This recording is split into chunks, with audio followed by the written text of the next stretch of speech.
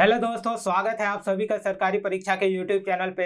जैसे कि आपको पता है कि सरकारी परीक्षा आप लोगों के लिए रेलवे ग्रुप डी के लिए सुपर वीडियो सीरीज लेके आया है, जिसमें कि हम लोग डिस्कस करते हैं जो रेलवे का लास्ट एग्जाम हुआ था उसके जो प्रीवियस ईयर के पेपर हैं उसे हम लोग डिस्कस करते हैं।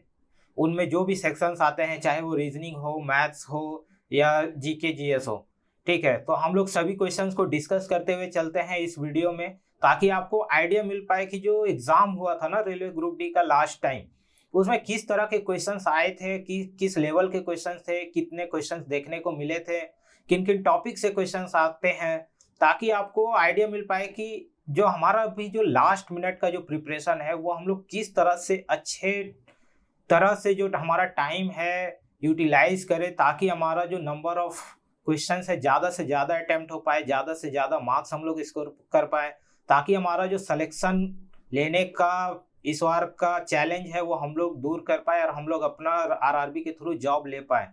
तो इसके लिए बहुत ही अच्छे से स्ट्रैटेजी के साथ तैयारी आपको करना होगा।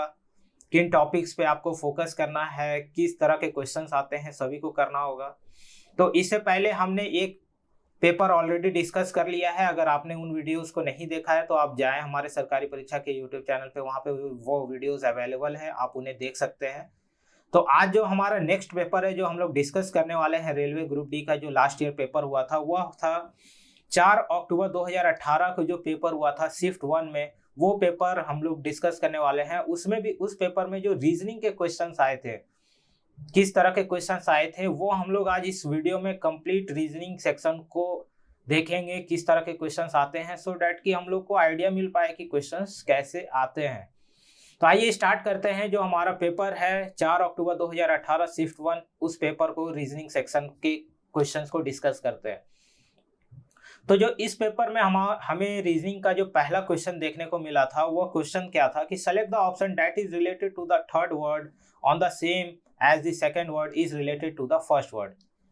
जैसे आपने इस तरह के क्वेश्चन सॉल्व किया होगा, इस तरह के क्वेश्चंस में जनरली क्या होता है कि आपको क्या बोला गया है कि जिस तरह से सेकंड वर्ड और फर्स्ट वर्ड में रिलेशन है ना, हमें सेम तरह का रिलेशन बनाना है थर्ड वर्ड और जो हमारा फोर्थ वर्ड, जो यहाँ पे आप यहाँ क्वेश्चन मार्क समझो, इन दोनों के बीच में वो सेम तरह का रिलेशन बनाना है जो हमारा सेकंड और फर्स्ट वर्ड के बीच में है।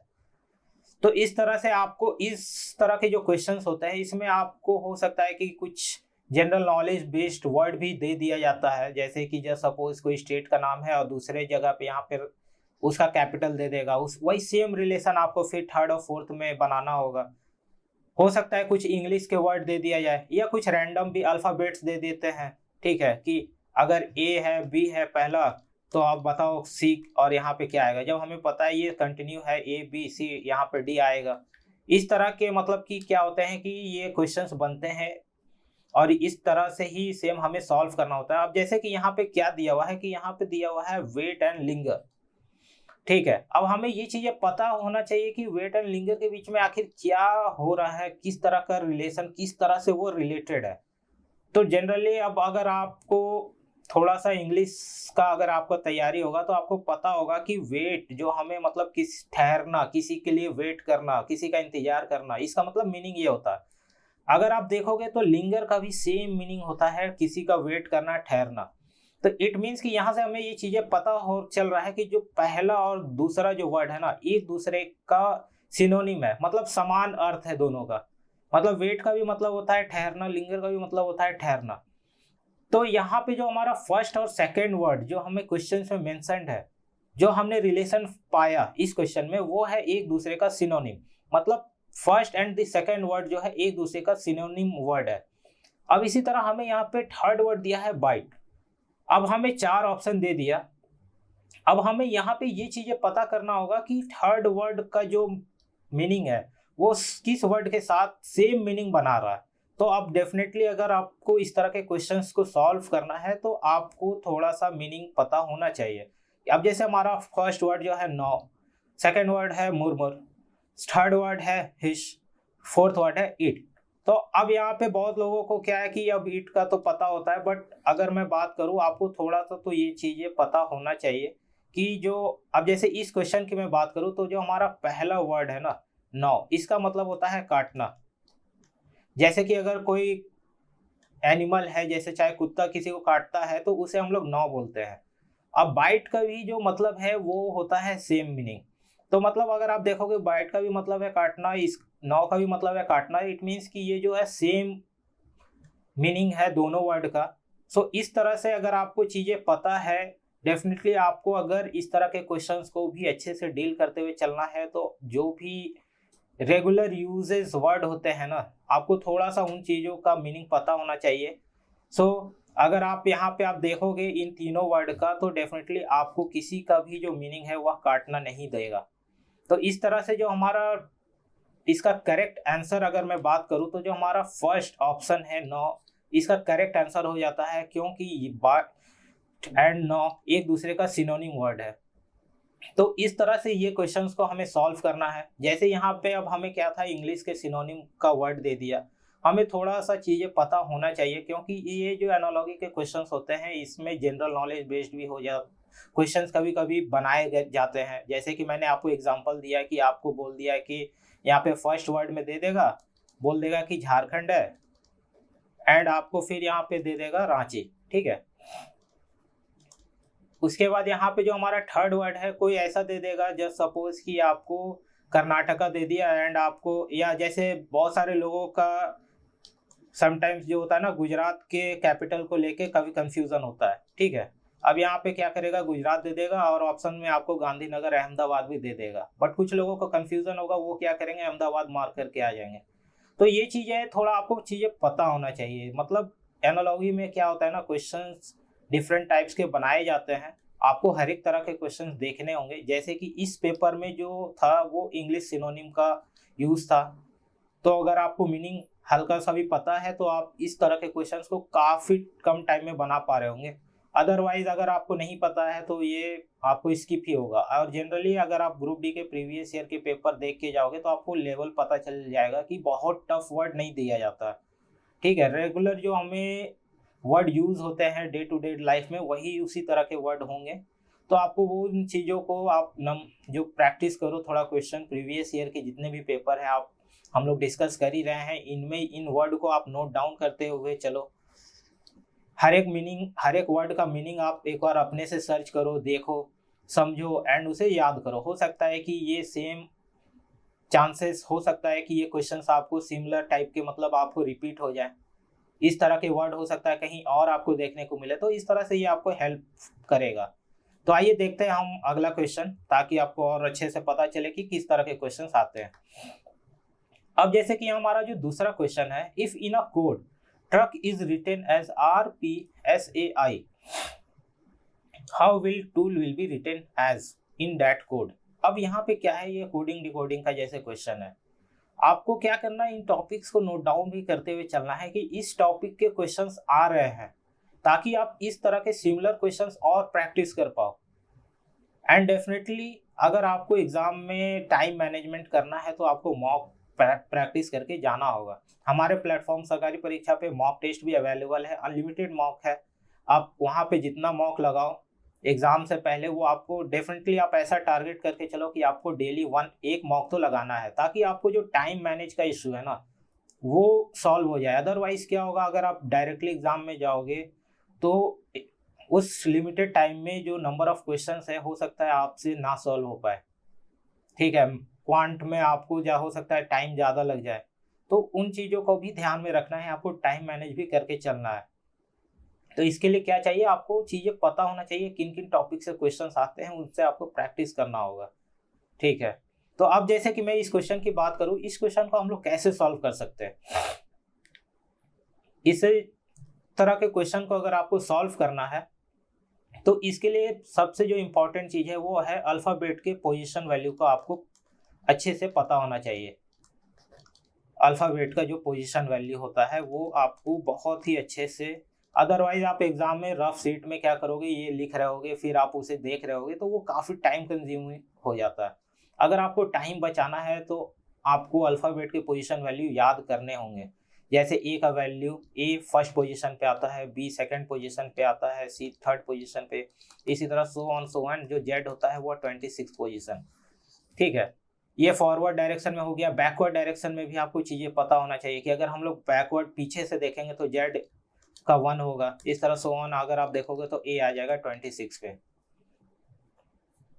तो इन चीज़ों को भी आपको पता होना चाहिए, तभी आप इस तरह के क्वेश्चंस को है कम टाइम में बना पाओगे और वो भी करेक्टली। ठीक है, अब जैसे कि मैं इस क्वेश्चन की बात करूं, अब जैसे यहाँ पे क्या बोल दिया है कि ट्रक है, इसे किस तरह से लिखा गया है, RPSAI। ठीक है, अब अगर हमें पोजीशन वैल्यू अल्फ़ाबेट के बहुत अच्छे से याद है तो हम लोग इसे लिख लेंगे कि टी का जो पोजीशन वैल्यू होता है वो होता है 20, आर का जो होता है वो होता है 18, यू का जो होता है वो होता है 21, सी का होता है 3, के का अगर आप देखोगे तो होता है 11। इस तरह से अगर मैं इधर लिखूं तो आर का होता है 18, पी का होता है 16, एस का होता है 19, ए का होता है 1 एंड टी का होता है 20। ठीक है, सॉरी ये आई था, मैंने टी समझ के लिख दिया। तो अगर मैं बात करूं तो आई का जो होता है वो होता है आपका 9। ठीक है, ये मैं फिर से लिख देता हूं ताकि मुझे, ये एक्चुअली आई है। तो आई का जो पोजीशन वैल्यू होता है वो होता है 9। अब हम लोग यहाँ पे बहुत ही अच्छे से रिलेट कर पाएंगे कि यहाँ पे जो टी था, मतलब जिसका पोजीशन वैल्यू 20 था, ये इधर हो गया, क्या हो गया, 2 घट गया, मतलब 18 हो गया। फिर अब अगर आप दूसरे को देखोगे तो 18 से ये 16 हो गया। फिर अगर आप यहाँ देखो 21 से 19, मतलब -2 हो रहा है हर एक बार में। आप देखोगे तो -2, यहाँ पे भी आप देखोगे तो -2, मतलब हो क्या रहा है कि इधर जो वैल्यू है उससे आप -2 करो, हमारा जो इधर का वैल्यू है वो आ जाएगा। अब हमने ये रिलेट कर लिया, ये हमने पैटर्न फाइंड आउट कर लिया। अब यही सेम चीज जो हमारा थर्ड वर्ड गिवन है ना, इस पे ये इम्प्लीमेंट करना है, हमारा आंसर आ जाएगा। तो अब जैसे कि मैं बात करूं, जो हमारा वर्ड गिवन था टूल, अब हमें यहाँ पे इसका वैल्यू फाइंड आउट करना है। तो अब हमें क्या है कि इसका पोजीशन वैल्यू लिख लेते हैं। टी का होता है 20, ओ का होता है 15, एल का होता है 12। अब क्या करना है, -2 हम लोग यहाँ पे करेंगे तो ये आएगा 18, ये आएगा आपका 13, ये आएगा 13, ये आएगा 10। हमने वैल्यू फाइंड आउट कर लिया। अब आप डाल दो ना कि 18 में क्या होता है, 18 मतलब R, 13 मतलब M, ये M, अब 10 क्या होता है, मतलब J। अब ये मैच कर लो कहाँ पे है, ऑप्शन सी में प्रेजेंट है। तो हमारा जो ऑप्शन सी होगा इस क्वेश्चन के लिए करेक्ट हो जाएगा। तो यही सेम चीजें होता है, अगर आपको चीजें पता है, अच्छे से आपने प्रैक्टिस किया है तो आपको ज्यादा टाइम नहीं लगेगा। अदरवाइज आप क्या करोगे, रफ शीट में चीजें लिख रहे होगे, फिर वहां पे आप क्रॉस चेक करोगे, वहां पे आपको चांसेस है कि आप कहीं गलती कर दो। इट्स बेटर कि आप एक टाइम अच्छे से याद कर लो, उसके बाद क्वेश्चंस प्रैक्टिस करो। आपको ऑटोमेटिक क्या होगा ना, वो आपको यूज टू होते जाएगा, मतलब आपको फिर देखना नहीं पड़ेगा। आपको ऐसा लगेगा कि बस आपको चुटकी का खेल है, आपको याद है सब चीजें, आप इम्प्लीमेंट कर रहे होगे। ठीक है, तो इसीलिए ये काफी इंपॉर्टेंट है। आइए देखते हैं अगला क्वेश्चन क्या था। अब यहाँ पे अगला क्वेश्चन क्या बोल रहा है कि pick the figure that will complete the given series. यहाँ पे क्या फिगर गिवन है, हमें जो क्वेश्चन मार्क है मतलब इसका वैल्यू फाइंड आउट करना है, ये एक सीरीज फॉर्म कर रहा है। उस सीरीज को हमें नोट डाउन करना है, फाइंड आउट करना है एंड वो चीजें इंप्लीमेंट करके फिर हमें आंसर बताना है। तो अगर यहाँ पे आपको क्वेश्चन फिगर गिवन है, जहाँ पे क्वेश्चन मार्क गिवन है, जो हमें फाइंड आउट करना है, आंसर ऑप्शन गिवन है ABCD। अब हम लोग देखते हैं कि किस तरह का सीरीज बन रहा है। अगर आप पहले फिगर को देखोगे तो एक सर्किल है, ठीक है, बहुत बढ़िया, इसके अंदर एक ट्रायंगल है, ठीक है। अब दूसरे में क्या चेंज हो रहा है, पहले और दूसरे में, दूसरे में क्या हो रहा है, एज इट इज यहाँ पे भी जो सर्किल था वो सर्किल ही है, बट और क्या हुआ, जो ट्रायंगल अंदर में था ना वही ट्रायंगल अब क्या है, ये दोनों पार्ट में इधर इसने बना दिया है। ये पैटर्न मैंने मतलब चीजें देखा, ठीक है। अब क्या देखते हैं कि जो हमारा थर्ड फिगर है और फोर्थ फिगर में अगर हम लोग सेम चीज इंप्लीमेंट करते हैं तो क्या वो हमारे ऑप्शन में अवेलेबल है। तो अगर मैं जैसे पहले और दूसरे फिगर को देख के अगर मैं बताऊं तो हमारा जो फोर्थ फिगर है वो एक एज इट इज, जो हमारा ये स्क्वायर है या रेक्टेंगल है, जो भी आप समझो, इस रेक्टेंगल ही है। तो हमने यहाँ पे रेक्टेंगल बनाया। अब यहाँ पे क्या है, दोनों साइड में एक सर्किल, इधर सर्किल, ये हमने बना दिया। मतलब ये पहला और दूसरा फिगर को देखने के बाद हमें हमने ये पाया कि जो थर्ड फिगर है और फोर्थ फिगर में इस तरह का रिलेशन होगा एंड जो हमारा फोर्थ फिगर है वो ये बनेगा। अब हम लोग देख लेते हैं क्या ये ऑप्शन में अवेलेबल है। डेफिनेटली ऑप्शन बी में ये आंसर फिगर में है। अब कई बार क्या करते हैं ना स्टूडेंट कि उसने देखा कि बी में अवेलेबल है, वो जाएंगे बी को मार्क करके आ जाएंगे। बट हमें ये देखना होगा कि जो हमारा आंसर फिगर बी है ये तो करेक्ट आंसर है, बट ये प्रेजेंट कहाँ है ऑप्शन में। अब ऑप्शन में आप देखोगे तो ऑप्शन ए में बी प्रेजेंट है, तो हमारा करेक्ट आंसर ऑप्शन ए होगा। बट कभी कभी टाइम बचाने के चक्कर में या कम टाइम होता है उसमें कैंडिडेट्स क्या करते हैं, वो आएंगे बी मार्क करेंगे और वो आगे चले जाएंगे और उनका मार्क्स डिडक्ट हो जाएगा क्योंकि उन्होंने गलत मार्क किया, क्योंकि बी ऑप्शन में फिगर ए प्रेजेंट है एंड हमारा जो करेक्ट आंसर है वो फिगर बी है जो कि ऑप्शन ए में प्रेजेंट है। तो हमारा करेक्ट आंसर इस क्वेश्चन के लिए ऑप्शन ए होगा। इन चीज़ों का भी ध्यान देना होगा क्योंकि जो एग्ज़ाम कंडक्ट करवाती है रेलवे, उसमें अब आप भी जान रहे हो कि कंपटीशन काफ़ी टफ हो रहा है, तो वो लोग भी चीज़ें ऑप्शन को रैंडमाइज करेंगे इधर से उधर ताकि लोग गलती करें। तो आपको प्रैक्टिस भी उसी तरह से करना है ताकि आपसे इस तरह के तो मिस्टेक ना हो। अदरवाइज क्या फ़ायदा है कि आप आंसर भी करेक्ट फाइंड आउट कर ले रहे हो बट आपसे एक मिस्टेक आपने गलत मार्क कर दिया, उसके वजह से आपको निगेटिव हो रहा है। ठीक है, तो ये चीज़ों को आप प्रैक्टिस करते हुए चलो, इन्हें ध्यान में रखो। ये अचानक आपको नहीं आएगा, आप सोचोगे कि एग्जाम में डायरेक्टली आप चले जाओगे, वहाँ पे आप टाइम मैनेज नहीं कर पाओगे, लिमिटेड टाइम होगा, आप डेफिनेटली इस तरह के मिस्टेक कर दोगे। तो इन चीज़ों को प्रैक्टिस करो और अभी काफ़ी अच्छा टाइम है, एग्ज़ाम जुलाई में टेंटेटिव है रेलवे के द्वारा, काफ़ी अच्छा है। आप प्रैक्टिस करो, मॉक लगाओ, ये चीज़ें आपके हैबिचुअल में हो जाएगा। आपको फिर इस तरह के जो भी एरर है वो बहुत मिनिमाइज हो जाएगा एग्जाम तक अगर आप अच्छे से प्रैक्टिस करते हुए चलते हो। आइए देखते हैं अगला क्वेश्चन।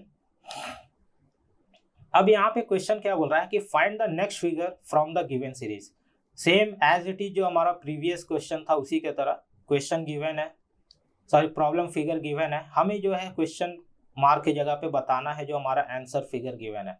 तो अगर आपने वाटर इमेज मिरर इमेज देखा होगा तो आप देखोगे तो एग्जैक्टली ये वाटर इमेज का ही है, मतलब एफ है उसका वाटर इमेज नीचे बन रहा है, या आप ऐसा समझो कि एफ है यहाँ पे इसके नीचे में मिरर रख दिया गया है, इसका मिरर इस तरह से बन रहा है। ठीक है, मिरर इमेज समझो, वाटर इमेज समझो, ये जो लाइन है आप यहाँ पे इधर या तो मिरर्स ऐसा मतलब इमेजिन करके चलो कि यहाँ पे एक मिरर प्लेस्ड है, उसी का इमेज नीचे बन रहा है। ठीक है, तो बस हमें इसी तरह से अब देखना है कि हमारा फोर्थ जो है यहाँ पे क्वेश्चन मार्क की जगह क्या आ सकता है। तो आप देखोगे तो option A B C D में कहीं पे भी उस तरह का नहीं है चीजें गिवन, सिर्फ ऑप्शन डी ही है जो कि सेम रूल फॉलो कर रहा है। तो इस क्वेश्चन के लिए हमारा जो करेक्ट आंसर होगा आंसर फिगर डी होगा। अब हमें ये देखना है कि फिगर डी कहाँ पे प्रेजेंट है। ठीक है, फिगर डी हमारा करेक्ट आंसर है, फिगर डी ऑप्शन सी में है, तो ऑप्शन सी हमारा करेक्ट हो जाएगा इस क्वेश्चन के लिए। ठीक है, तो आई होप कि आपको समझ में आया होगा। आइए देखते हैं अगला क्वेश्चन। ये हमारा वेन डायग्राम से क्वेश्चन है। क्वेश्चन क्या बोल रहा है कि the Venn diagram represent the students who play 3 sports M, N and L in a class. Total number of students who play game M is. यहाँ पे क्या है कि 3 स्टूडेंट्स है, क्या है कि स्टूडेंट्स है जो कि 3 स्पोर्ट्स है M, N, L, तीनों में वो लोग खेलते हैं 3 स्पोर्ट्स।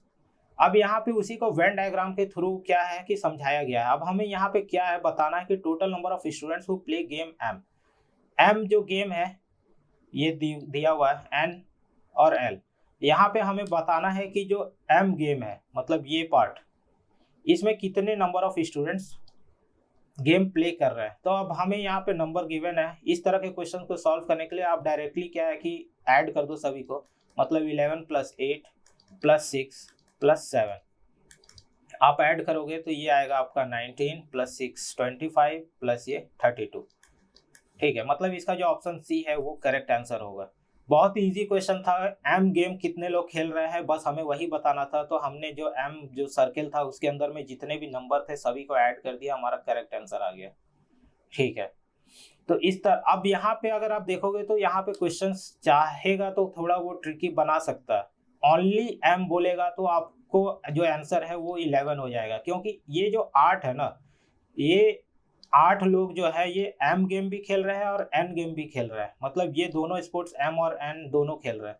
जो यहाँ पे 6 है प्रेजेंट, ये एम एन एल तीनों आपको बोल रहा है, मतलब ये तीनों गेम स्पोर्ट्स जो है ये लोग खेल रहे हैं।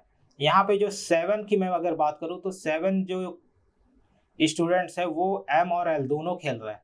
तो अगर आपको ऐसा बोला जाए कि total number of students who play game M, और यहाँ पे अगर आपको ओनली का कंडीशन लगा दे, मतलब कि जो ऐसे नंबर ऑफ स्टूडेंट्स आप बताओ जो कि सिर्फ एम खेल रहे हैं, तो उस केस में अगर आपका जो करेक्ट आंसर हो जाएगा वो 11 होगा। बट इसने यहाँ पे ये नहीं बताया कि आपको सिर्फ एम गेम वाले, मतलब इसने इस क्वेश्चन में पूछा कि जितने भी स्टूडेंट हो जो एम के साथ साथ अदर गेम भी खेल रहे हो, चाहे वो एक गेम हो 2 गेम हो, वो भी बताओ, जो सिंगल एम भी प्ले कर रहे हैं वो भी बताओ। तो इस तरह में आपको जो एम सर्किल के अंदर जितने नंबर है आप सबको ऐड कर दो, आपका आंसर आ जाएगा। आई होप कि क्वेश्चन आपको पता चला होगा कि रेलवे इसमें और क्या क्या क्वेश्चन बना सकता है। ठीक है, अगर क्वेश्चन यहाँ पे वो बोल दे कि ऐसे नंबर ऑफ स्टूडेंट्स का बताओ कि जो तीनों गेम खेल रहे हो, तो तीनों गेम के इस डायग्राम से आप बता सकते हो कि नंबर ऑफ जो स्टूडेंट्स है वो सिर्फ 6 है, जो कि एम भी खेल रहे हैं, एन भी प्ले कर रहे हैं और एल भी प्ले कर रहे हैं। ठीक है, तो क्वेश्चन इसमें आपको फॉर्म किया जा सकता है डिफरेंट टाइप्स के। ये जैसे कि क्वेश्चन था पिछले साल, इसमें क्या क्या फॉर्मेशन हो सकता है क्वेश्चन का वो भी मैंने बताया, किस तरह से हमें फिगर का यूज करके आंसर बताना है। अगर क्वेश्चन में है कि सिर्फ एन कितने लोग खेल रहे हैं तो हमारा आंसर 41 हो जाएगा। ठीक है, अगर बोलेगा नहीं जितने भी स्टूडेंट्स हैं चाहे वो एक गेम खेले, 2 गेम खेले या 3 एन में, तो आपको एन के जितने भी नंबर हैं वो सबको ऐड करना होगा। तो इतने तरह के क्वेश्चंस इस एक सिंगल क्वेश्चन से फॉर्म किया जा सकता है। तो आइए देखते हैं अगला क्वेश्चन कि किस तरह के क्वेश्चन से। अगला क्वेश्चन जो है हमारा, find the next letter set in the given series. यहाँ पे क्या है, आपको सीरीज दे दिया है और हमारा सेम एज इट इज जो है कि क्वेश्चन मार्क की जगह क्या आएगा। तो यहाँ पे आप थोड़ा सा ये भी देख रहे होगे कि जो सीरीज से रिलेटेड क्वेश्चंस है उनके नंबर ऑफ क्वेश्चंस का काउंट ज़्यादा है, चाहे वो फिगर सीरीज हो चाहे वो अल्फ़ाबेट सीरीज हो। ठीक है, इस तरह के मतलब सीरीज के क्वेश्चंस आपको ज़्यादा देखने को मिले हैं प्रीवियस ईयर में। तो डेफिनेटली इस टॉपिक को तो आपको स्किप नहीं करना है और हर एक टाइप ऑफ क्वेश्चंस को प्रैक्टिस करके हुए जाना है एग्जाम में। अब जैसे कि मैं इस क्वेश्चन की बात करूं तो डेफिनेटली इस क्वेश्चन में भी आपको जो अल्फ़ाबेट का पोजीशन वैल्यू है वो अच्छे से पता होना चाहिए, तभी आप इस क्वेश्चन को अच्छे से बना सकते हो। तो इससे आपको ये भी पता चल रहा होगा कि अल्फ़ाबेट का पोजीशन वैल्यू काफ़ी इंपॉर्टेंट है, क्योंकि इस तरह के बहुत सारे क्वेश्चंस डिफरेंट एग्जाम में आते हैं। तो अगर आप एक बार वन टाइम एफर्ट डालोगे तो डेफिनेटली ये आपको अदर एग्जाम में भी हेल्प कर रहा होगा। तो अगर मैं जैसे इस क्वेश्चन की बात करूँ, इस क्वेश्चन को अगर हमें सॉल्व करना है तो जैसे कि मैं यहाँ पे लिख लूँ CVETHQ। अब हम लोग अगर इसका पोजीशन वैल्यू मेंशन करते हुए चले तो C का क्या होता है 3, V का होता है 22, ये अलग अलग है, आपको थोड़ा सा मैं डिस्टिंग्विश के लिए ये कर देता हूँ। ठीक है, E का होता है 5, T का होता है आपका 20, इधर H होता है आपका 8, Q होता है 16, सॉरी Q होता है आपका 17, मैंने भाई मिस्टेक लिख दिया। ठीक है, Q होता है 17। अब यहाँ पे आप देखो कि क्या चीज़ें हो रहा है। तो अगर आप देखोगे तो यहाँ पे 3 + 2 5 हो गया, 5 + 3 8 हो गया। नेक्स्ट हम लोग देखते हैं 22 - 2 20 - 3 17। तो मतलब आप देखो कि जो हमारा फर्स्ट अल्फ़ाबेट है हर एक का, इसमें +2 +3 +4 इस तरह के में जा रहा है, +2 +3 +4 +5 एंड सो ऑन। एंड जो हमारा जो दूसरा अल्फ़ाबेट है ये TVTQ, इसमें क्या हो रहा है -2 -3 -4। तो यहाँ पे 2 सीरीज एक साथ में चल रहा है। अब इसी चीज़ को हम लोग को कंटिन्यू करना है। तो जैसे कि हमारा यहाँ 8 था, अब हमारा यहाँ नेक्स्ट क्या आएगा +4, +4 के बाद क्या आ जाएगा ये 12, और यहाँ पे क्या आएगा -4। तो -4 अगर करते हैं तो 13। तो अब आप देख लो कि 12 का क्या अल्फ़ाबेट होता है पोजीशन वैल्यू के हिसाब से। तो आप देखोगे तो ये आएगा L और ये आएगा M। तो LM जो हमारा ऑप्शन ए है वो करेक्ट आंसर हो जाता है इस क्वेश्चन के लिए। तो डेफिनेटली आप देखो कि मल्टीपल सीरीज एक क्वेश्चन में बनाए जा सकते हैं, और ये आप इजीली तभी फाइंड आउट कर पाओगे जब आपको पोजीशन वैल्यू अच्छे से याद हो। ठीक है, तभी आप देखोगे कि पहला अल्फ़ाबेट जो हर एक में है वो +2 +3 +4 हो रहा है, एंड दूसरे में -2 -3 -4 हो रहा है। और इसी का यूज़ करते हुए हमने जो हमारा नेक्स्ट जो क्वेश्चन मार्क की जगह पे आएगा LM, वो हमने फाइंड आउट कर लिया। तो इस तरह के क्वेश्चंस को इसी तरह सॉल्व करते हैं। आइए देखते हैं अगला क्वेश्चन जो था हमारे इस पेपर में। अब यहाँ पे क्या है कि find the odd figure out from the among the given figure. यहाँ पे 4 फिगर गिवन है, इसमें हमें जो सबसे अलग है, मतलब 3 फिगर ऐसा होगा ना जो कि सिमिलर टाइप के होंगे, कुछ ना कुछ सिमिलैरिटीज होगा, बट एक अकेला ऐसा फिगर होगा जो सबसे अलग होगा। उस अकेले फिगर को फाइंड आउट करो और ये आपका करेक्ट आंसर आ जाएगा। तो अगर आप देखोगे तो सिमिलैरिटीज कहाँ पे हो रहा है, पहले फिगर को मैंने देखा, दूसरे को देखा, तीसरे को देखा और चौथे को भी देखा। अंतर आपको दिख रहा होगा बहुत ही क्लियरली। जो चौथा फिगर है अंदर में आपको डार्क सर्किल है, वो भी सिंगल, और बाकी सब में आप देखोगे तो डबल है, वो भी डार्क सर्किल नहीं है। तो आप डेफिनेटली यहाँ पे बहुत इजीली बोल सकते हो कि जो हमारा ऑप्शन डी है, जो कि फिगर डी है जो ऑप्शन सी में प्रेजेंट है, वो हमारा सबसे अलग है, जिसके वजह से जो फिगर डी जो कि प्रेजेंट है ऑप्शन सी में, ये हमारा करेक्ट आंसर होता है इस क्वेश्चन के लिए। तो आप देख रहे होगे कि इस तरह से ऑप्शंस को ये सफल करते हैं। तो इन चीजों को भी देखना होगा जब आप करेक्टली मार्क कर रहे हो आंसर को। ठीक है, आइए देखते हैं अगला क्वेश्चन। क्वेश्चन क्या बोल रहा है कि choose the mirror image for the following figure. Figure given है, इसका हमें मिरर इमेज फाइंड आउट करना है। मिरर इमेज में अगर आपको पता होगा तो मिरर इमेज में क्या होता है कि जब भी मिरर को वर्टिकल पोजीशन में रखा जाता है, ये जैसे कि मिरर हमारा वर्टिकल पोजीशन पे है, हॉरिजॉन्टल भी कुछ कुछ क्वेश्चन में आपको दिख सकते हैं इस तरह नीचे या ऊपर कहीं पे भी, बट इस क्वेश्चन में क्या है वर्टिकल पोजीशन पे है। तो जब वर्टिकल पोजीशन पे मिरर होता है तो जो हमारा लेफ्ट पोर्शन होता है ना ऑब्जेक्ट का, वो हमारा राइट साइड में चला जाता है, एंड जो राइट पोर्शन होता है ना वो हमारा लेफ्ट साइड में दिखता है मिरर में। तो अगर मैं इसी सेम कॉन्सेप्ट को लगाऊं तो होगा क्या कि जो हमारा ये सर्किल है ये अभी हमारे राइट साइड में प्रेजेंट है, तो बट ये हमें जब मिरर इमेज में आप देखोगे तो ये लेफ्ट में होगा और इस तरह से ये लाइन फॉर्म होगा, एंड देन ये जो हमारा फिगर था डार्क सर्किल ये हमें यहाँ पे दिखेगा। क्यों? क्योंकि ये अभी हमारा लेफ्ट में है बट ये राइट में शिफ्ट हो जाता है इन मिरर इमेज। तो अब आप देख लो कि ये किस ऑप्शन में प्रेजेंट है। ये आप देखोगे तो जो हमारा फिगर बी है, ठीक है, मैं बार बार बोल रहा हूँ कि यहाँ पे ऑप्शन सफल होता है, हमारा करेक्ट जो आंसर है वो है फिगर बी। फिगर बी अब कहाँ प्रेजेंट है? ऑप्शन डी में। तो इस क्वेश्चन के लिए जो हमारा करेक्ट आंसर होगा वो होगा ऑप्शन डी। ठीक है, तो इस तरह से मिरर इमेज के क्वेश्चंस को सॉल्व किया जाता है। जैसे कि बताया वर्टिकल इमेज अगर है, वर्टिकल मिरर है, ये मिरर आप मतलब समझो किधर भी हो सकता है, अभी इधर है, हो सकता है ये मिरर इधर भी होता, सेम रूल होता। लेफ्ट वाले जो पोर्शन में चीजें प्रेजेंट है वो राइट में शिफ्ट हो जाएंगी, एंड जो राइट में चीजें पोर्शन में प्रेजेंट है फिगर में वो हमारा लेफ्ट साइड में शिफ्ट कर जाता है। अगर कोई चीजें ऊपर प्रेजेंट है वो एज इट इज रहता है, कोई अगर चीजें नीचे है वो नीचे ही आपको मिरर में शो होगा। अब जैसे कि यहाँ पे आपको डार्क सर्किल है, ये कभी भी आपको वर्टिकल मिरर में ये ऊपर की ओर, मतलब ये जो ऑप्शन ए है ना ये कभी भी पॉसिबल नहीं है, क्योंकि ये डार्क सर्किल कभी भी ऊपर शिफ्ट नहीं हो सकता है जब आपका मिरर जो है वर्टिकली प्लेस्ड है। आइदर वो लेफ्ट में हो राइट में हो, डजंट मैटर। चीजें जो अपर पोर्शन है वो अपर में ही प्रेजेंट होगा मिरर में, जो डाउनवर्ड में प्रेजेंट है वो डाउनवर्ड में ही होगा। चीजें कहाँ चेंज होती है? Left to right, right to left. तो इस तरह से भी आप ऑप्शंस को एलिमिनेट कर सकते हो। अगर मैं दूसरे ऑप्शन जैसे ऑप्शन सी की मैं बात करूं, अब यहाँ पे हमारा डार्क सर्किल है तो कभी भी मिरर इमेज में डार्क सर्किल हटेगा नहीं, वो रहेगा। अगर नीचे पोजीशन में प्रेजेंट है तो वो नीचे ही रहेगा, बट ऑप्शन सी में नहीं है, ये गलत हो गया। इसमें क्या हुआ? दोनों डार्क सर्किल है तो ये भी गलत हो गया। इस तरह से भी आप ऑप्शन फिल्टर आउट कर सकते हो। क्यों? क्योंकि यहाँ पे ऑप्शन सी में इसने पूरा गेम ही पलट दिया भाई। ऑब्जेक्ट कुछ और था, ये दिखा कुछ और रहा। मिरर इमेज में अगर आपका जो चेहरा है वही आपका ही दिखता है, ऐसा नहीं है कि आप हो तो आपको शाहरुख खान का फिगर दिखेगा अपना।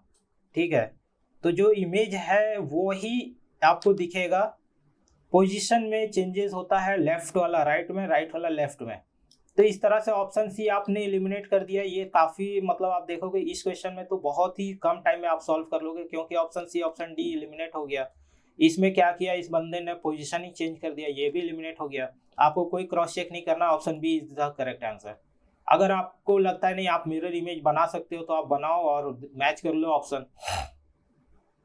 तो दोनों ऑप्शन है, आइदर अगर आपका कॉन्सेप्ट अच्छे से क्लियर है तो आप मिरर बना लो किस तरह का फॉर्म होगा, अदरवाइज आप ऑप्शन एलिमिनेट कर लो। दोनों ऑप्शंस आपके लिए है, आपको जो इजी बनता है उस तरह से।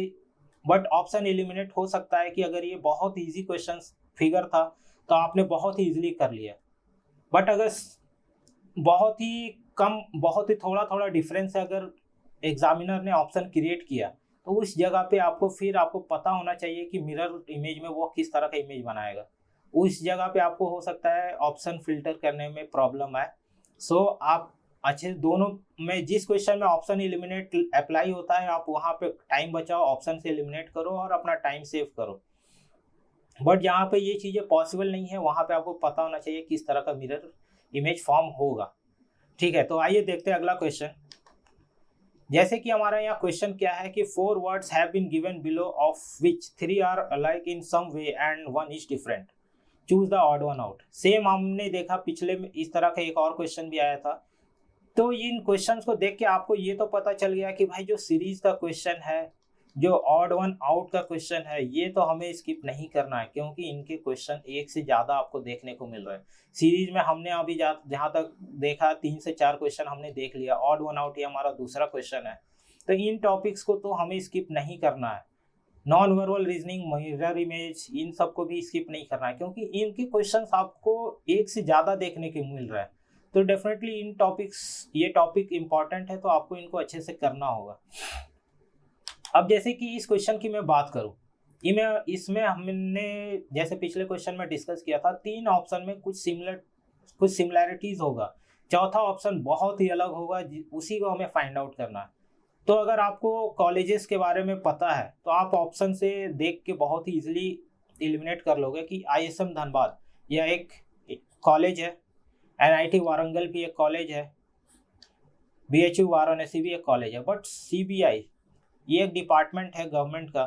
तो इस तरह से ये बहुत ही अलग हो जा रहा है, क्योंकि 3 जो ऑप्शन है वो कॉलेजेस का नाम है और एक ये गवर्नमेंट डिपार्टमेंट का नाम है। तो डेफिनेटली इस तरह से आप एलिमिनेट कर लोगे कि ऑप्शन बी जो है ये सबसे अलग है, और जो कि हमारा करेक्ट आंसर हो जाएगा इस क्वेश्चन के लिए, ऑप्शन बी। तो इस तरह से आपको चीज़ें थोड़ा तो पता होना चाहिए अगर आपको टाइम बचाना है और आपको रीजनिंग में मैक्सिमम मार्क्स लाना है। कुछ नहीं करना है, प्रीवियस ईयर प्रैक्टिस करो, इस तरह के क्वेश्चंस को आप अच्छे से ध्यान में रखो, हो सकता है रिपीट हो जाए। अदरवाइज थोड़ा सा प्रैक्टिस करो, कुछ क्वेश्चन मॉक टेस्ट लगाओ, वहाँ पे आपको चीज़ें पता चल जाएगा। ठीक है, बहुत ही अलग ऐसा कुछ दे दिया जो कि आपको एग्जाम में पता ही नहीं चल रहा है तो वो अलग बात हो जाता है। बट अगर कॉमन चीज़ें हैं, अब जैसे कॉलेजेस का नाम, ये टॉप कॉलेजेस हैं, ये मैक्सिमम लोगों को पता होता है, ISM धनबाद, NIT वारंगल, इन सब कॉलेजेस का नाम आप बहुत ही इजीली फिल्टर आउट कर पाओगे कि इनमें क्या, मतलब कि सबसे अलग यहाँ पे आपको CBI ही था। ठीक है, तो बस यही था इस क्वेश्चन में। आइए देखते हैं अगला क्वेश्चन। अब यहाँ पे फिगर देख के हो सकता है आपको लग रहा होगा कि काफ़ी टफ होगा, बट नॉन वर्बल रीजनिंग के क्वेश्चंस है, फिगर बेस्ड है, बस फिगर ही आपको देखना है, डिफरेंसेस देखना है और बस आपका आंसर आ जाता है। अब जैसे कि इस क्वेश्चन में क्या बोल रहा है कि choose the correct picture that fits the blank space. Blank space या क्वेश्चन मार्क आप जो समझो, यहाँ पे हमारा क्वेश्चन मार्क गिवन है, यहाँ पे हमारा क्या आएगा अगला फिगर। सभी फिगर को आप देखो, क्या पैटर्न सिमिलैरिटीज आपको फाइंड आउट होता है वो चीज़ आप देखो, बस उसी के बेसिस पे इसका क्या आ सकता है वो आप बता दो। तो आइए देखते हैं सभी फिगर को। अगर मैं पहले रो की तीनों फिगर की मैं बात करूं तो हमारा जो पहला रो में अगर मैं बात करूं, एक तो पहला ऐसे लाइन है, इसी में क्या किया, ये इस तरह से इसने क्रॉस कर दिया। बट दूसरे वाले में क्या किया, ये जो क्रॉस लाइन है ना, इसे हटा के सिर्फ हॉरिजॉन्टल और वर्टिकल वाला, मतलब एक्स और वाई एक्सिस वाला लाइन को रहने दिया। और तीसरे वाले में आप देखोगे तो जो हमारा सेकंड फिगर था ये तो एज इट इज है, बट सभी में एक इसने क्या किया, एक एक सर्किल 4 सर्किल बैठा दिया। हमारा जो पहला रो है ये सेम पैटर्न ये मैंने फाइंड आउट किया। अब क्या देखते हैं कि दूसरे रो में भी ये सेम चीजें इम्प्लीमेंट हो रहा है क्या। अगर आप देखोगे ठीक है, हाँ दूसरे में भी एक स्क्वायर है, यहाँ पे भी एक क्रॉस है, दूसरे वाले में भी इसने क्या किया, क्रॉस को हटा दिया, स्क्वायर को रहने दिया। ठीक है, अब फिर तीसरे वाले में क्या किया, जैसे हमने पहले में देखा था जो दूसरा फिगर है वो एज इट इज रहता है, बट उसके चारों साइड में चारों कॉर्नर में 4 सर्किल बैठा देना। अब यहाँ पे भी मैं अगर बात करूँ तो यहाँ पे स्क्वायर है, यहाँ पे भी मैंने यहाँ सर्किल यहाँ सर्किल यहाँ सर्किल यहाँ सर्किल डाल दिया, तो हमारा जो ये फिगर है ये भी कंप्लीट हो गया। सेम पैटर्न हमने फाइंड आउट कर लिया। अब हम लोग देखते हैं कि हमारा जो थर्ड रो है उसमें भी सेम क्या ये मिल रहा है हमें। तो अगर मैं बात करूं थर्ड फिगर की, ठीक है, ये इस तरह का फिगर है, यहाँ पे भी क्रॉस लाइंस है, दूसरे में इसने क्या किया, ठीक है, हाँ रिमूव कर दिया। तो हमारा तीसरे में क्या होगा, जो हमने अभी तक देखा था एज इट इज ये रहेगा, बस चारों में हमें क्या करना है, सर्किल को बैठा देना है। अब हमें देख लेना क्या ये ऑप्शन है, डेफिनेटली फिगर बी में ये प्रेजेंट है। फिगर बी जो हमारा ऑप्शन सी में प्रेजेंट है, तो ऑप्शन सी इस क्वेश्चन के लिए करेक्ट हो जाता है। तो इसी तरह से चीजें हमें देखना होगा, तभी हम लोग बहुत ही इजीली बना सकते हैं क्वेश्चन। काफी इजी क्वेश्चन था, आपने देखा बहुत ज्यादा रॉकेट साइंस नहीं है, बस थोड़ा सा हमें चीजें बारीकी से देखना है, क्या हो रहा है फिगर में चेंजेस, बस उसी को देखना है और इम्प्लीमेंट करना है। स्टार्टिंग में हो सकता है कुछ स्टूडेंट्स को, कैंडिडेट्स को प्रॉब्लम हो रहा होगा, बट बहुत ही इजी क्वेश्चन आते हैं रीजनिंग में। बस आप एक बार समझ लो कि इस तरह के क्वेश्चन में करना क्या होता है, कैसे सॉल्व करना होता है, क्या अप्रोच हो सकता है। बस फिर आपको जैसे समझ में आया कुछ क्वेश्चंस प्रैक्टिस कर लो, 20, 30, 50, बस आपका मतलब काफ़ी है। फिर मॉक टेस्ट लगा लो, टाइम मैनेज होने लगेगा आपका एग्जाम में, मतलब काफ़ी उस लिमिटेड टाइम में आप सभी क्वेश्चन अटेम्प्ट कर रहे होगे। तो आइए देखते हैं अगला क्वेश्चन। अब जैसे कि हमारा नेक्स्ट क्वेश्चन क्या बोल रहा है कि choose the correct figure that will fit in the blank space in the following series. ठीक है, 3 फिगर गिवन है, यहाँ पे question mark same as it is दे दिया। अब हमें सेम क्या है कि फिर से आप देखो कि सीरीज का ही क्वेश्चन है, फाइंड आउट करो रिलेशन, बस हमारा जो चौथा फिगर है वो आ जाएगा। तो आइए देखते हैं क्या रिलेशन बन रहा है। अगर मैं बात करूँ पहले फिगर की, तो हमारा पहला फिगर दे दिया ट्रायंगल, दूसरे में दे दिया स्क्वायर। ठीक है, दूसरे फिगर में अब देखते हैं क्या हो रहा है। तो दूसरे फिगर में मैंने देखा तो भाई जो यहाँ नीचे स्क्वायर था ये बाहर में एकदम आ गया, इसके अंदर में क्या हुआ कि ट्रायंगल जो था अंदर में आ गया। बहुत बढ़िया किया इसने, बट इसने फिर क्या किया, पेंटागन, मतलब कि ये 3 साइड का फिगर था, 4 साइड का, भाई जो 5 साइड का जो फिगर होता है उसको अंदर बना दिया। ये मैंने अभी तक देखा पैटर्न पहला दूसरा को देख के। ठीक है, पैटर्न हमें समझ में आ गया 2 फिगर को देख के। ठीक है, अब यही सेम चीज हम लोग इम्प्लीमेंट करते हैं अगले में। तो यहाँ पे ठीक है 4 साइड का फिगर स्क्वायर दे दिया, 5 साइड का पेंटागन दे दिया, तो भाई अगला में क्या आएगा, अपना 6 साइड वाला हेक्सागन। अब हम लोग सीक्वेंस देखते हैं कि जो नीचे वाला पार्ट था स्क्वायर ये बाहर आ रहा है, मतलब पेंटागन तो भाई सबसे बाहर रहेगा ये। उसके बाद क्या, ऊपर जो पार्ट था ट्रायंगल ये अंदर चला गया, मतलब स्क्वायर जो था ये आ गया भाई अंदर में। ठीक है, अब 4 साइड वाला, 5 साइड वाला, अब 6 साइड वाला हेक्सागन जो है सबसे अंदर आ जाएगा। बस ये हमारा आ जाएगा क्वेश्चन मार्क की जगह। आप देख लो ये ऑप्शन प्रेजेंट है क्या, डेफिनेटली यस। हमारा फिगर बी एग्जैक्टली मैच कर रहा है जो हमने बनाया। अब फिगर बी किस ऑप्शन में है, ऑप्शन ए में। तो इस क्वेश्चन का करेक्ट आंसर जो है वो हो जाएगा ऑप्शन ए। कुछ नहीं था, फिगर को हमने बस बहुत ही बारीकी से देखा क्या हो रहा है चेंजेस। पहले वाले में 2 फिगर था, 3 साइड वाला एक था, एक 4 साइड का था।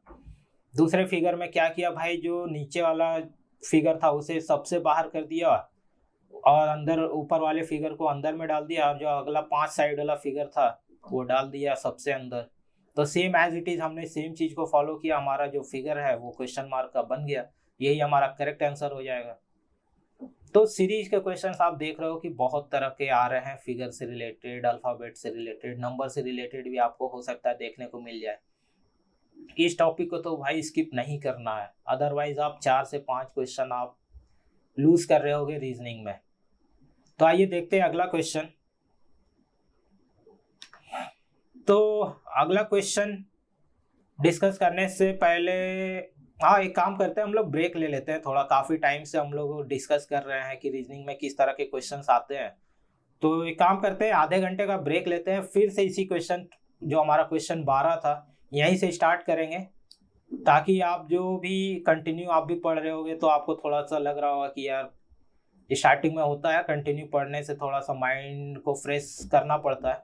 तो आधे घंटे का ब्रेक लेते हैं, आप भी घूम के आओ, चाय पी लो, फिर हम लोग कंटिन्यू करते हैं क्वेश्चन नंबर 12 से। ठीक है, तो मिलते हैं आधे घंटे के बाद।